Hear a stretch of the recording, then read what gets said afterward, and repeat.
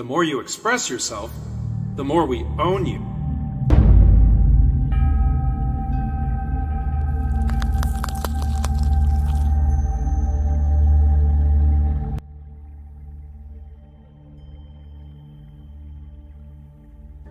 I wish I could keep telling you that our mission in life is connecting people, but it isn't.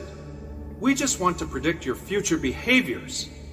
Spectre showed me how to manipulate you into sharing intimate data about yourself and all those you love for free. The more you express yourself, the more we own you. In this video, Facebook founder Mark Zuckerberg appeared to be boasting about his social media platform's control over people's personal data. But this is deepfake video, meaning that Zuckerberg's voice was manipulated. They have the capacity to disrupt entire campaigns. Both Democrat and Republican lawmakers say deepfake videos are contributing to the spread of disinformation and have the potential to sow mistrust among voters leading up to the 2020 elections. In a hearing this week, former FBI agent Clint Watts warned about who may be most at risk. The audience I'm most worried about is actually not young people in social media. It is the older generation who's come to this technology late, that doesn't really understand. Deepfakes seek to confuse and mislead. Hani Farid, who is a professor of computer science at the University of California, Berkeley, says the implications are serious. What if somebody creates a video of President Trump saying, I've launched against Iran or North Korea or Russia, and we don't have hours or days to figure out if it's real or not? Let me tell you a secret. You ever wonder why I'm so popular? Because of my big brain? Maybe. But seriously, it's all about two things, okay? Algorithms and data. I pulled off the biggest heist of the century, and people just have no idea. Are you speaking about this new algorithm to copy voices? This is huge. They can make us say anything now, really anything. These guys are doing something amazing and frightening. They're using AI to clone your voice. So you will need to record yourself for a few minutes of audio. Thousands of letters danced across the amateur author's screen. When you start to eat like this, something is the matter. You guys better quit politics and take in washing. Okay, so create my digital voice now. Creating your digital voice takes at least 1 minute. 1 minute? My God. Test your voice. All right, so now I get to type something. Yeah, so the moment of the truth. Any words I put into the app can be played back in my digital voice. And here's the crazy thing. Even words I never actually said in the first place. Artificial intelligence technology seems to be advancing very quickly. Should we be afraid?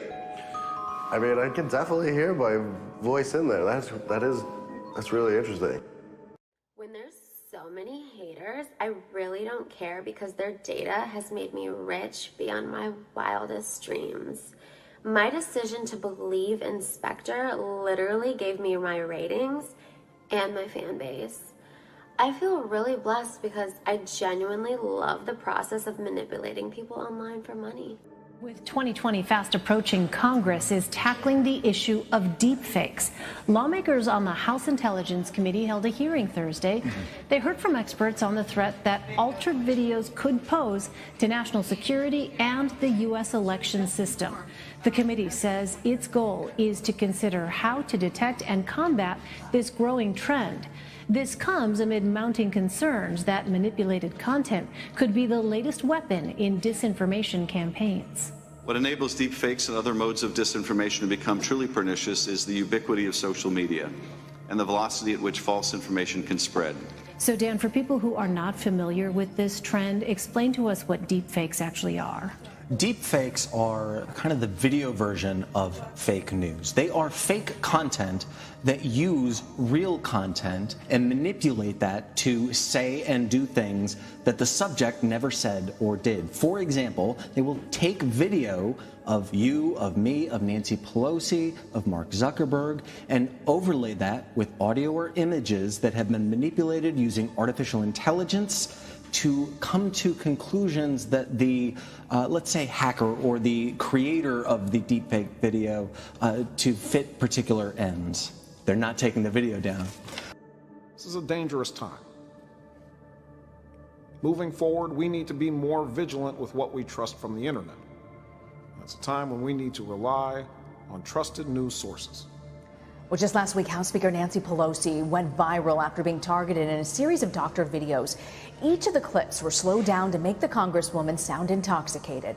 And now, as we get closer to the 2020 presidential elections, candidates and their teams are struggling to understand the best way to handle the threat of deep fakes. We know deep fakes are these kind of phony videos. First off, if you're on the net, which all of us are, how do you tell the difference, and who's putting these out there?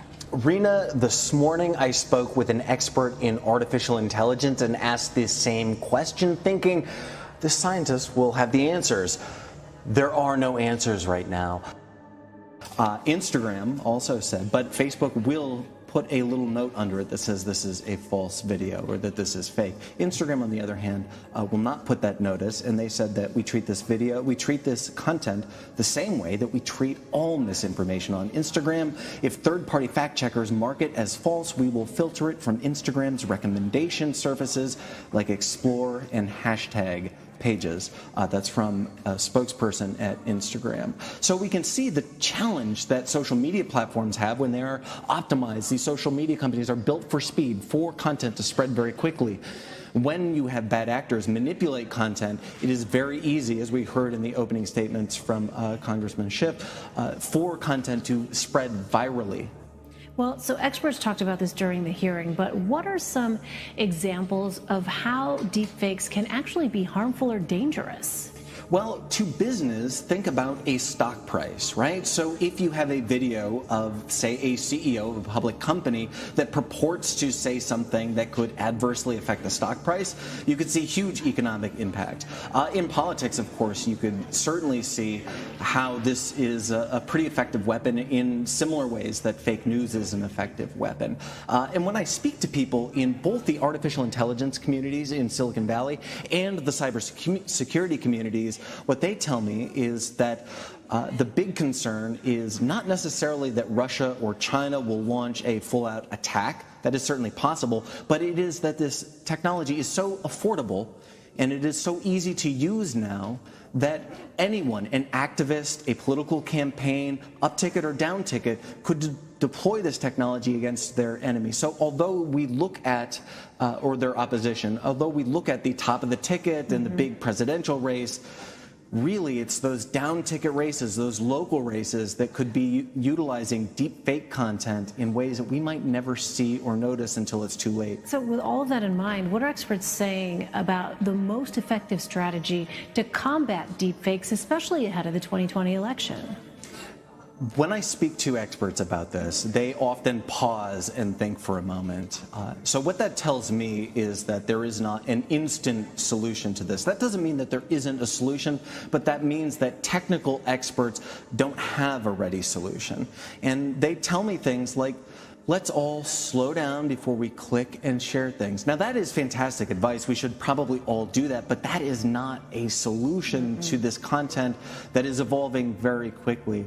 So right now, I don't know what the solution is, but we'll keep looking at this. I mean, do we know what the lasting effects are of the deepfakes and disinformation, misinformation campaigns? Well, we do have an indication of that when we looked at studies that happened after the 2016 election, and when we look at the Mueller report itself, we see that the intent of the Russian hackers was to undermine American faith and confidence in our institutions, not just in government, but other institutions as well.